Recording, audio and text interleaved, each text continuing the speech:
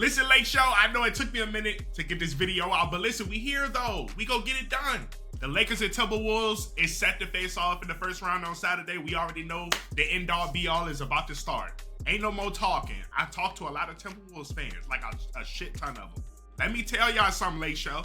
These boys is confident, and I respect it. I like that. Because the one thing Minnesota fans always kept it peak. They always said, look, we gonna come with our best, and we ain't gonna give no excuses. That's why I fuck with Ant.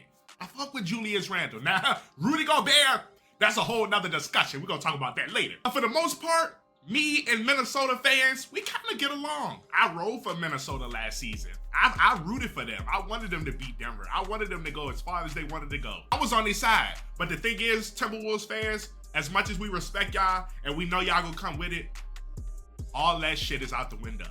Respectfully, gang.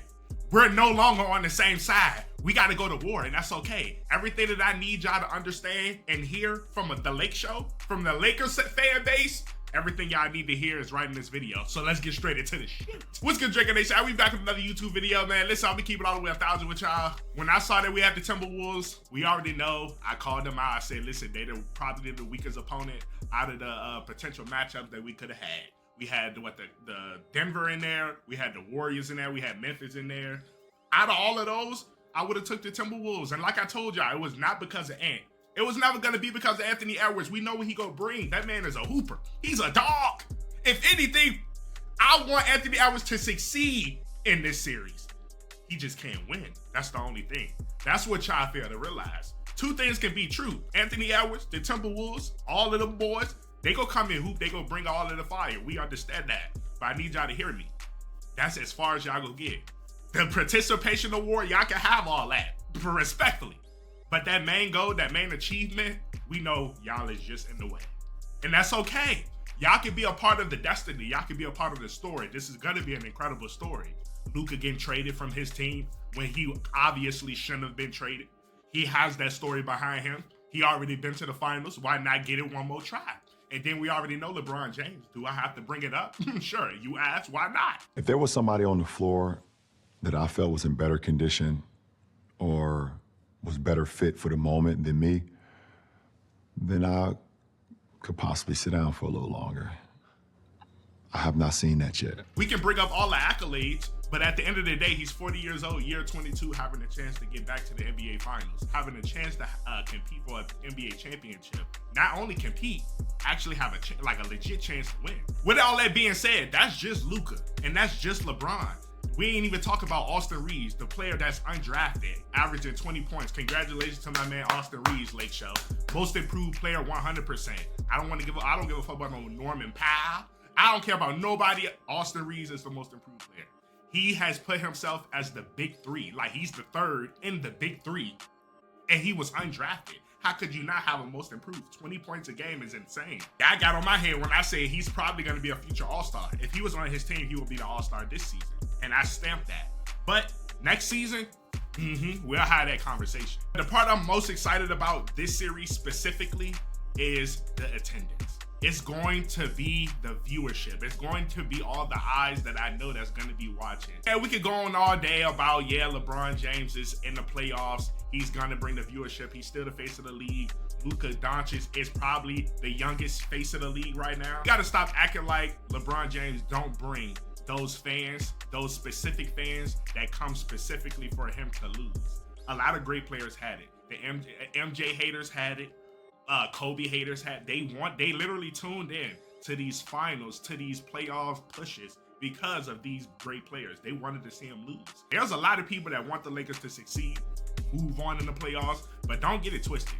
There's a lot of viewers that's coming specifically to see the Lakers lose. I don't want to make it seem like that's a bad thing. I think the NBA needs that type of viewership.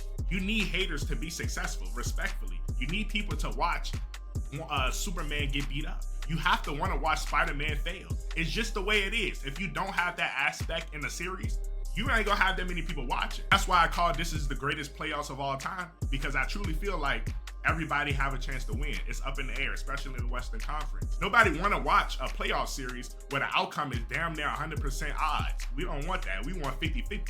We want a shooter's chance. Somebody's going home. Do the Timberwolves possess that chance against the Lakers? No. Now, I get it. I get what you're about to say. Everybody have that shooter's chance. Listen to me. Y'all didn't hear me at the beginning. Y'all are just in the way. I do feel like most teams have a shooting chance, just not against the Lakers.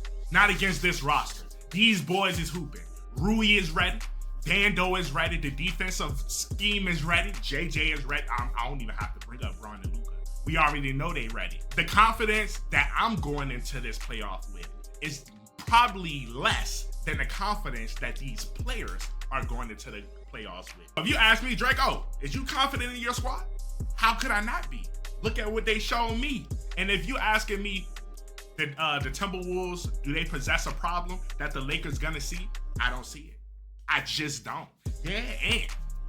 That's my guy. He's gonna score 35. Ant is gonna have great games. He might get a couple 40 pieces, but it's going to come in a losing effort. He's going to have to go 50, 55. Julius Randle is not putting 35, 40 up on this in no game in none of this series. I can put all my money on it. It's not happening. Now, he might get 27, 28, 8, 9 rebounds, 8, 7 assists. He might have a really good game. But going bonkers, you can go ahead and cut that out. Rudy Gobert.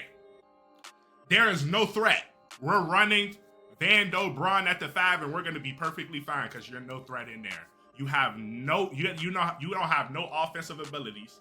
You don't have no defensive awareness. You have the defensive awareness of Coca-Cola. I'm going to keep it a buck. You're terrible. You think Luka is in the arena right now practicing, running plays with the offense, and you thinking about Rudy Gobert on the defensive side of the ball? The only thing Luka is thinking about is how many threes I'm going to put up on this he switch off. There's no disrespect to, you know what? Plenty of disrespect to Rudy Gobert. All them defensive player of the years, I don't even have to talk about it. You should already ship them bitches back to the NBA, respectfully. I think we need to start figuring out that fine line between contenders and threats. Those is two different things. You can have a contender, but they not be a threat to a team. It's two things can be true. I feel like the Timberwolves, just like I feel like Memphis, just like I feel like Dallas, the Kings, they are contenders. Threats, maybe not. Contenders, 100%.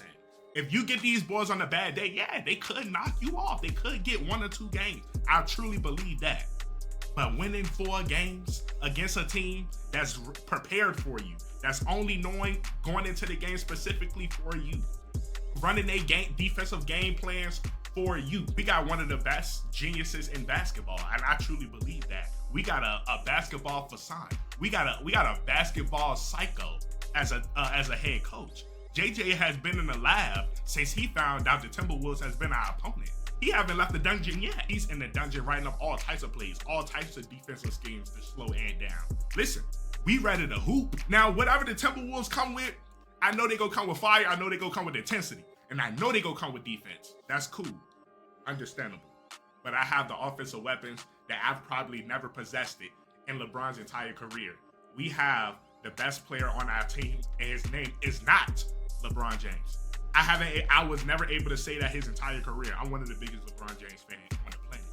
Never in his entire career, I was able to look at LeBron and say, damn, you're not the best on your team no more, gang. Never. Isn't that wicked? 22 seasons, 40 years old. I was never able to say this one single player never had a better player on his team until now. Luka came in, said, give me the keys. You're no longer the driver. I got this, bro. Get your ass in the side. Go on the passenger seat. Give me 22, 7 and 7. We'll get the game done. Now, no disrespect to his former teammates, AD, D-Wade, Kyrie. They are great players. 100% the valuable players with LeBron. But let me tell you something. They was the second best player on his team. Even if you want to go to Kyrie in the playoffs, where they was damn near averaging the same numbers per game. Let me tell you something. If you know and watch that series, you can 100% say LeBron James is the best player on the floor. Without a shadow of a doubt. So 2 things can be true. He could have had great teammates, Hall of Fame teammates, but they're not Luka. And he's 25, 26 years old? And you give him to LeBron James, how could I not go into this series confident? I think there's dark horses on both teams, clear X factors. I think Naz Reid is a clear X factor for them. Depending on how he plays, depending on how he defends, is going to see how this game is going to go for them. These games are going to go for them. Now, the X factor for the Lakers, I've always said it. He's been the X factor since day one. It's Rui. If Rui come out and play defense and hit a couple threes, get a couple mid-ranges, because listen, the best players on the floor, the best defensive players on the floor have to stay on Luka, have to see Bron, have to see 15. Now, if you're telling me those three players are already taking their best defensive players, who's going to have the matchups? Who's going to have the mismatches? It's going to be Rui. He have to exploit the easiest matchups. If you got Rudy Gobert at the 5 and you running Rui at the 4, guess who's going to be switching off on Rui trying to guard the three-point line? It's going to be Rudy Gobert. I think Rui is going to be our biggest X factor. Same reason I think Naz Reid is their biggest X factor. Stretching Jackson Hayes out on the 5 is going to be their biggest weapon. The same with Julius Randle. Stretching Jackson Hayes out on the three-point line is their biggest weapon. If he don't play well, they're not going nowhere, because Anthony Edwards is going to hoop. We know that. And another underrated aspect to the Lakers that kept failing us the last couple of playoffs is health. We're going into this playoff healthy. The only player that's really not healthy right now is Maxi Kleber. We haven't even seen him play yet, and he could possibly return. We got a stacked roster. I haven't mentioned Dalton Connect. I haven't mentioned Gabe Vincent. I haven't mentioned Dorian Finney-Smith. These are huge pieces on the team, and not once did I call them an X factor. They are part of the rotation. We need contributions from them. We need at least 3-4 threes between Gabe Vincent and Dorian Finney-Smith. Honestly, we need 5-6 threes between them, because you know Luka go give us a couple, Reeves go give us a couple, Rui might give up. We're gonna shoot threes and we're gonna make threes. But Dorian Finney-Smith and Gabe is gonna have the most wide open shots they've ever had in the playoff series. That's a fact. Obviously, defense is our liability. We don't have the best defense towards the rim. We don't have a lot of rim protection. Jackson Hayes is only gonna do what Jackson Hayes can do. Bron is 40 years old. Yeah, he gonna get thrown into the 5 because it's a matchup nightmare. But at the end of the day, we don't have no rim protection. Yes, that could be an issue going into the playoffs. It could be a fatigue thing.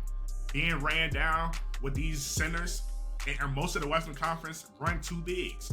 We don't run 1 big sometimes. Golden State, another team that barely run bigs, but they make it work because they can shoot. Defense is always going to be our problem. Yeah, Luka traffic cones sometimes, but y'all know if Luka going to give me 35, 40 points a night, yeah, most of the players going to fly by him. It is what it is. It's been like that for I don't know how many seasons now, and he still made it to the finals and had deep runs into the playoffs, and he's only 25, 26 years old. I don't need to worry about a damn defense if nobody else is worried about it. I think this is going to be a very entertaining series. It's now competitive. It's definitely going to be competitive within the game. Now, as far as how many games the Timberwolves get, I think we actually get this shit in 5. I think it's actually Lakers in 5. The Timberwolves probably going to get 1 at home. Shit, they might get 2. But none of that matters. At the end of the day, it matters who move on to the second round. And I think the Lakers, without a shadow of a doubt, I'm the most confident in this series. This is who I want, and this is who I feel like the Lakers wanted over anybody else out of the 4. I'm super confident in the Lakers. But y'all let me know in the comments what y'all think about the Lakers and they spot, and how y'all feel about the Lakers and Timberwolves as far as a series. How many games y'all think it's gonna go, and how good y'all think these players are gonna hoop in this series. Because boy, they about to put on the movie. Let's go do it for the end of the video, y'all. Y'all let me know in the comments what y'all thought about this video. Like the video, subscribe to the YouTube if y'all haven't already. I'm gonna see y'all in the next one, y'all.